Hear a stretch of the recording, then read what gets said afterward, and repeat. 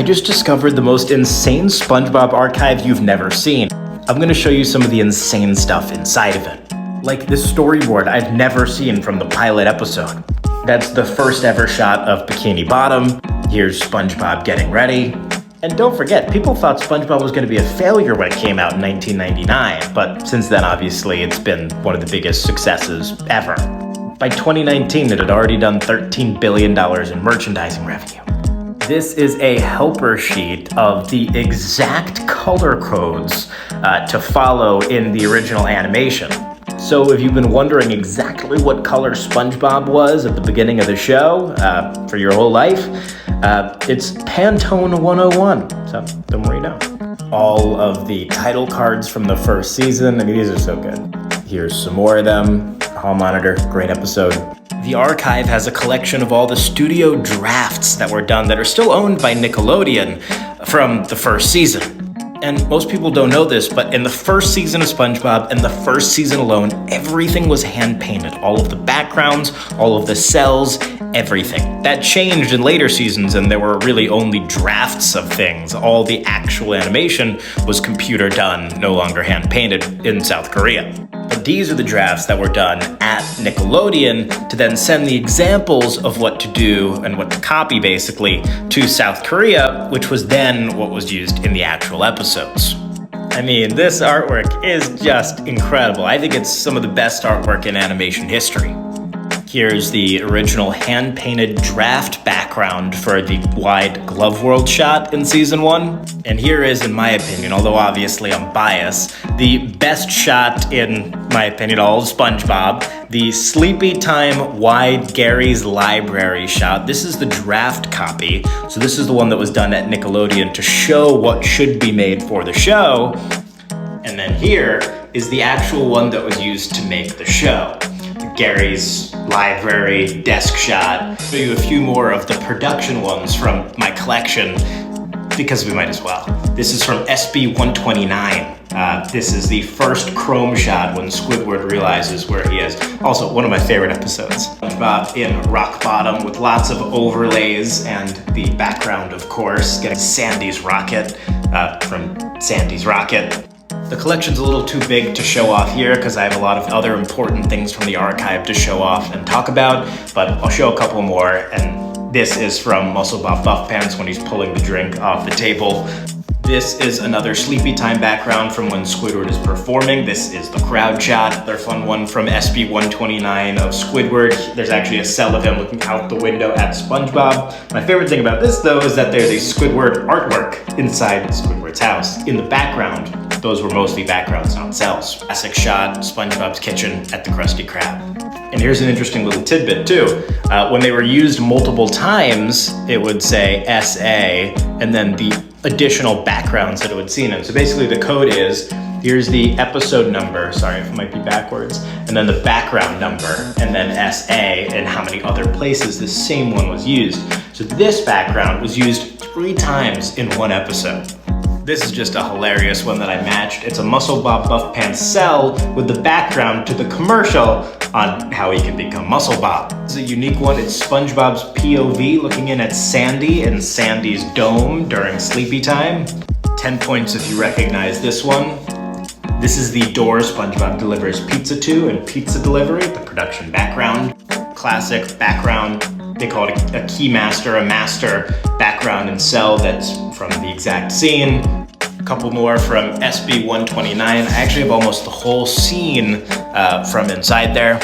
And then here's a drawing, which would be an example of the process that was used to make the first season of the show. It would basically be the draft was done, like the storyboard, which is what I showed at the beginning, then a drawing to show exactly what it would be, the draft background. They would send both these drawings from Nickelodeon and the draft backgrounds, or at least images of them, to South Korea, where they would then make the actual cells, which were traced over the top of these, and the backgrounds as well.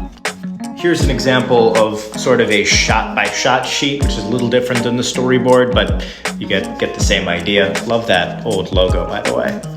This is one of my favorite things that I found in the archive too. It's the character breakdowns, how they should be colored, how they should be designed, of all the background characters, not just the main ones. So these are all the characters in Rock Bottom, season 1. Like this guy. I mean, what a cool character. Only used for a couple seconds, but this was the design and how they should be colored. Like in the archive, the original background production paintings of what would become incredibly iconic memes. And anyone that knows SpongeBob, and I think they used cells in the actual episode for this scene and these shots, but especially because the SpongeBobs were moving at certain points. But you know, the things that would become memes, and everyone that knows SpongeBob and is watching this knows that SpongeBob is the most memed content show in history. And it's not even close. Good luck going on the internet or into any comment section on any post of any subject and not seeing a SpongeBob meme. It's why I'm so bullish on the future of the franchise in terms of its impact on culture. If you asked who lives in a pineapple under a sea to anyone around the world, I think most people would know. And I do think the memes have a lot to do with that. I bet the memes get billions and billions of views every single day, and that's probably underestimating it. Like, just the level of detail that they would go into to have an entire production sheet dedicated to how the table should look when it's broken, exactly, down to the little splinters flying and then it being replicated in the episode. I mean, that's one of the most underrated things about SpongeBob. This is exactly what SpongeBob's blanket at night should look like. These are just incredible. What Squidward's bathroom should look like. I feel like I'm walking through a SpongeBob museum with you here.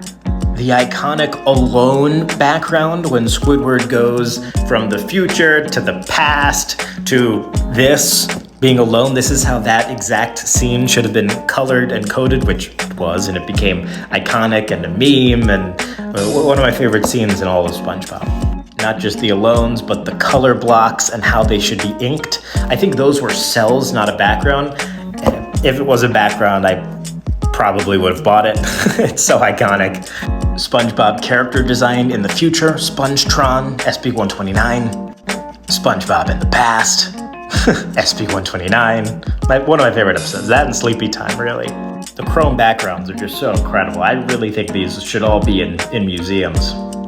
The 2,000 years later, which was, fun fact, narrated by Tom Kenny, same guy who did SpongeBob. There's lots of fun little things like that, little Easter eggs in SpongeBob when you really look into the details. Like, for example, Karen Plankton, I didn't even realize Plankton was the last name, but they're married, I guess, the computer. That's voiced by the SpongeBob voice actor Tom Kenny's wife in real life. How crazy is that? Now, the question I'm sure you're wondering is, where is all of this art in real life? And I think Nickelodeon actually has a lot of the production draft backgrounds, the actual background artwork. Obviously, I own a lot of it. A few other people that I know own a lot of it, and some of it's just out there in private collections because Nickelodeon sold them through auction houses in the early 2000s. But I think a lot of the draft ones they still own. They posted a video recently. Here's that.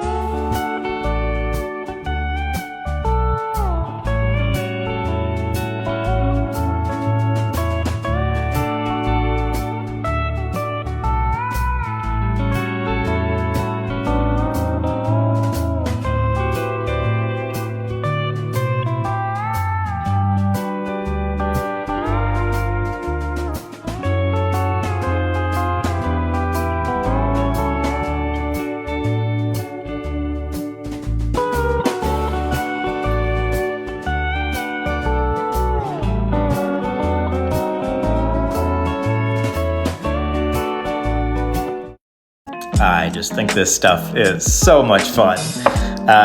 If you enjoyed this, please follow for more. I'm sure I'll be doing more of these in the future, breaking down both stuff from the archive, stuff from my own collection, and interesting things that, about the SpongeBob franchise that we all know and love. So with that being said, follow for more. If you enjoyed this, watched it till the end, please follow, support, and see you next time.